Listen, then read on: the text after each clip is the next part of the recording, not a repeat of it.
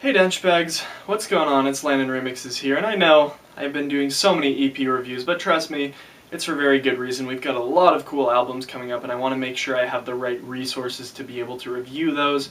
EPs are a little bit shorter, and I'm a bit more able to do those in short periods of time with the time I have off from work. Today I'll be reviewing the debut EP from the UK-based producer Anki.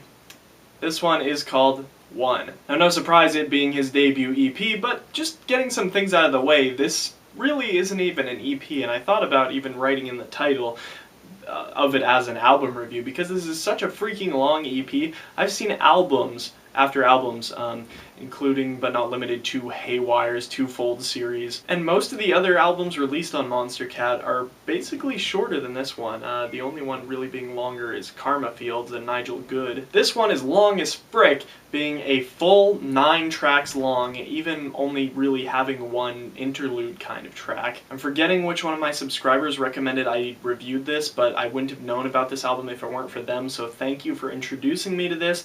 I actually really enjoyed this one quite a bit. So as I haven't heard of this artist before, I went and checked out a little bit more of his stuff, kind of seeing where he draws inspiration from and everything, and it seems for large part he's getting inspiration from artists like Porter Robinson, mostly delivering a fairly hard indie dance sound. Now that's not necessarily a good thing, and it's not necessarily a bad thing, because it comes to his advantage in some places and his downfall in others. Even on sound design aspects, I'm very impressed with this thing as well, it being mixed so freaking good throughout the majority of this album. I'm surprised this artist doesn't have a huge following when artists releasing very similar tunes to this, such as Illenium and Porter Robinson, have absolutely huge followings, and I'd love to see this artist grow along with those and progress in his own sound. The first track I listened to on this was Speak, and the drop heavily reminded me of some kind of mix between all of the sounds on Porter Robinson's Worlds album. Because of that, I was attracted to the sound of this.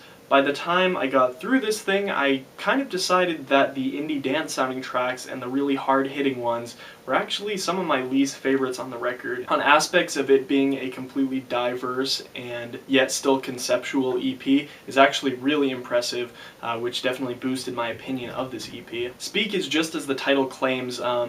Throughout the majority of the song, we've got this guy, I'm not sure who, I didn't find out who the sample's from, but this guy's just delivering this pretty heavy speech.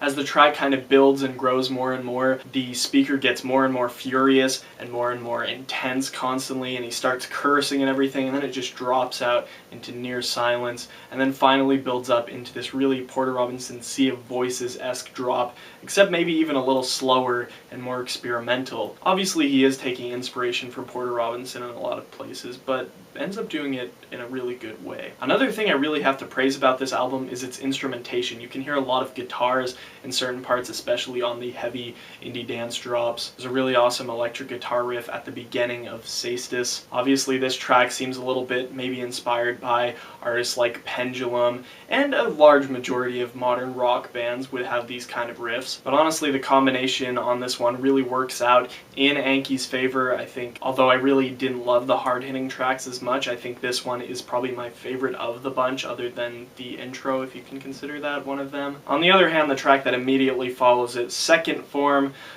really kind of deludes my opinion of that sound, because it just kind of repeats that same style. Maybe if it would have come a little later, it would have been a little more enjoyable, but I think this is one of the tracks, along with the concluding track of the album, which takes on a similar style, One Last Time. I think both of those could have been cut out, and this could have made a even better EP than I already think it is. Back to You is a complete 180 flip from the kind of standard hard indie dance sound that we were getting in the start of the album and a little bit toward the end, completely taking on your kind of standard future bass style. And although I do typically get kind of tired of this style, I think it really worked in this album. It's kind of a... Whereas the beginning of the album was extremely dark, this one's just a light in the darkness, I feel like. It's just extremely catchy and fun to listen to, and just makes you happy in the midst of this really dark beginning of the EP. Another shame about this EP is that one of my favorites Now Is the Winter of our discount sheds is the shortest track on the EP. This thing is just so fire. It has an instrumental that combines perfectly with a sample of Cave Johnson from Portal 2. If you guys don't remember, I played that on my channel a while ago. I'm a huge Portal fan,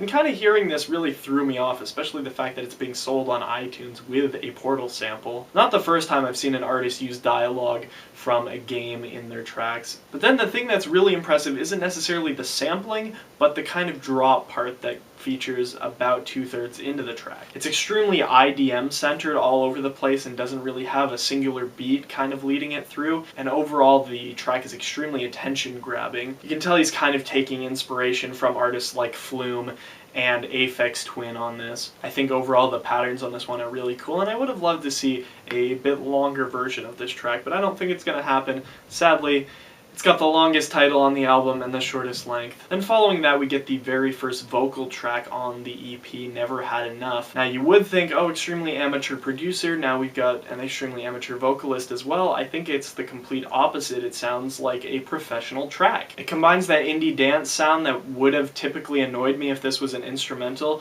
and combines those vocals perfectly with it, which I really enjoyed about this. And in contrast to the kind of rock sound that was featured early in the album, we've got a vocalist that sounds like he could easily be in a rock band, but combined with a more chill vibe, more indie sounds, and just extremely melodic overall, which combined to make a really awesome track. Running in Place is another one of the ones that I think he could have cut out to make a really short yet epic EP. Although it's not necessarily a bad track, I think it's just filler for the outro that he kind of gets to. And then again, we've got the actual outro to the EP, which I didn't really love.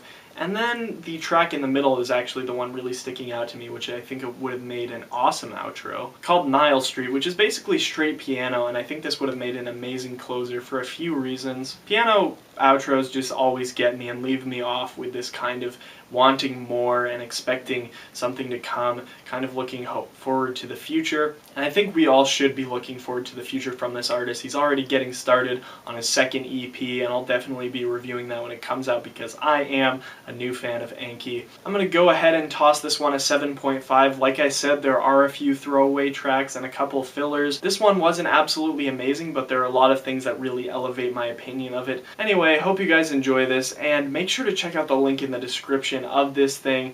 If it's not available on Spotify, which I haven't checked to see if it is, I'm going to link the SoundCloud link so you can take it and download the whole thing, because it is a free EP as well, so make sure to go and download this, support the artist, do whatever you can. This artist definitely deserves your support, and I can't wait to see what Anki does in the future.